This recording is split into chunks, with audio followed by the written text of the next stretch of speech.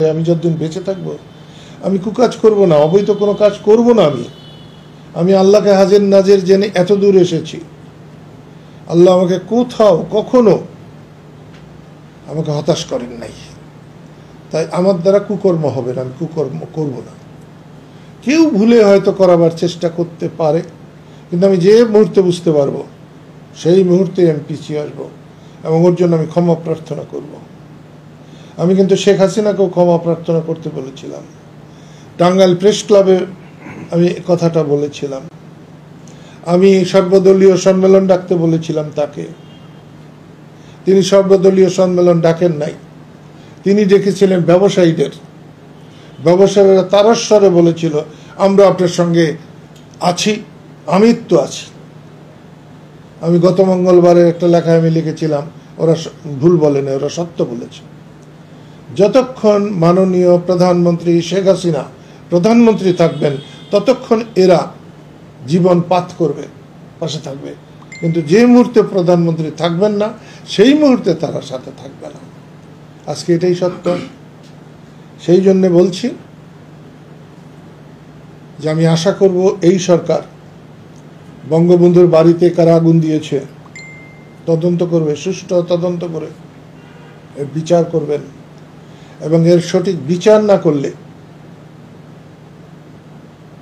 এই সরকারকেও তার জবাবদিহিতা করতে হবে। বঙ্গবন্ধু এদেশের সম্পদ, বঙ্গবন্ধু এদেশের সম্মান, তার স্ট্যাচু ওইভাবে ভাঙার কোনো মানে হয় নাই।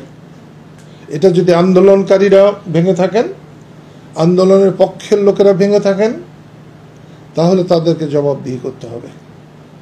আর যদি কেউ এর ভিতরে ঢুকে আন্দোলনকে বিপদগামী করার জন্য করে থাকে, তাহলে বর্তমান সরকারকে এদের খুঁজে বের করতে হবে এবং খুঁজে বের করে এর বিচার করতে হবে।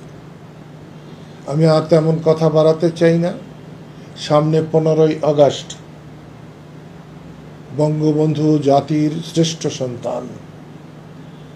15ই আগস্ট এতদিন সরকারিভাবে পালিত হয়েছে, এবার কিভাবে পালিত হবে নাকি আদৌ পালিত হবে না, আমরা এই অন্তর্বর্তীকালীন সরকারের কাছে জানতে চাই জিনিসটা। আমি আবারও আপনাদেরকে বলছি, টাঙ্গাইলের সাংবাদিকদের বলছি, একটা দুর্ভাগ্য আমাদের যে টাঙ্গাইলের মানুষকে সম্মান করে নাই। হুজুর মৌলানা ভাসানীকে করে নাই, জননেতা শামসুল হককে করে নাই, জননেতা আব্দুল মান্নানকে করে নাই, লতিফ সিদ্দিকীকে করে নাই, শাহজাহান সিরাজকে করে নাই। যারাই এই দেশের বিশেষ করে স্বাধীনতার অগ্রনায়ক যারা, তাদেরকে যথাযথ সম্মান টাঙ্গাইলের মানুষ করে নাই।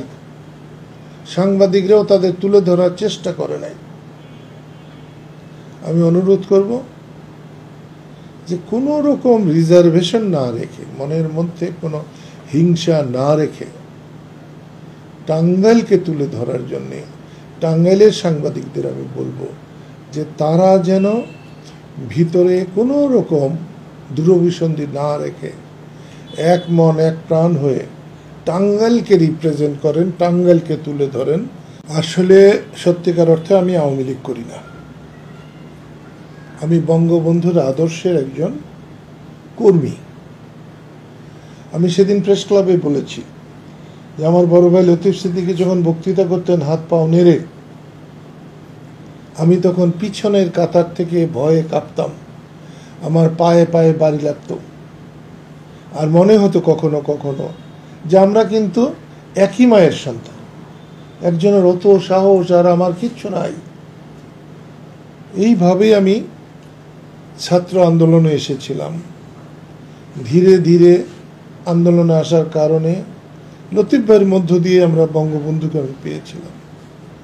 বঙ্গবন্ধু আমার প্রেম, বঙ্গবন্ধু আমার ভালোবাসা। বঙ্গবন্ধু আর আওয়ামী লীগ আমার কাছে এক কথা নয়। বঙ্গবন্ধু আওয়ামী লীগকে কবর দিয়ে গিয়েছিলেন, আর আজকে যারা দেশকে এই অবস্থায় এনেছে তারা বঙ্গবন্ধুর কথা, নির্দেশ সেটাকে মান্য করে আসে নাই। বঙ্গবন্ধু যা চেয়েছেন তাকে অবজ্ঞা করে এসেছে, অস্বীকার করে এসেছে। সেই জন্য বলছি যে যেখানে আমার চেতনা, যেখানে আমার প্রেম, অনেকেই হয়তো বলতে পারে আমার দেশপ্রেম, আমি দেশ ভালোবাসি, এগুলো সব বোগাস কথা। দেশপ্রেম একদিনে গজায় না, জন্মায় না।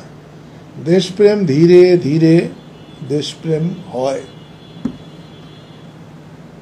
এর জন্য সময় লাগে। আমার কাছে আজকে মা যেমন, মাটি তেমন, একদিনে হয় নাই। আমার মতো একজন একেবারে অপদার্থ মানুষের এখানে আসতে অনেক সময় লেগেছে। সেই জন্যে বলছি, আমি আওয়ামী লীগ করি না, আওয়ামী লীগ নিয়ে আমি ভাবি না। আমি বঙ্গবন্ধুকে নিয়ে ভাবি, বাংলাদেশকে নিয়ে ভাবি, স্বাধীনতাকে নিয়ে ভাবি, মুক্তিযুদ্ধকে নিয়ে ভাবি।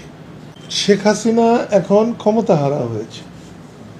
অনেক মানুষ অনেক সময় ক্ষমতায় থাকলে একরকম বলে, ক্ষমতা হারালে আরেক রকম বলে।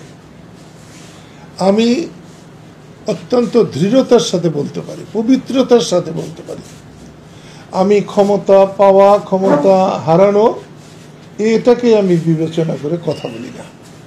আমার বিবেক, আমার অনুভূতি যেটা আমাকে নির্দেশ করে, আমি মৃত্যুর সামনে দাঁড়িয়েও সে কথা হয়তো বলতে পারব। জামাতকে এই সময় নিষিদ্ধ করার কোনো অর্থ হয় না। জামাতকে কিন্তু আজকে 8-10 বছর আগে নিষিদ্ধ করা হয়েছে, বা আরো আগে। এটা শোনানোর জন্য, দেখাবার জন্যে, মানুষের কাছে একটা নতুন প্রতিক্রিয়া সৃষ্টি হোক, সেই জন্য হয়তো করা হয়েছে। এটা অর্থহীন।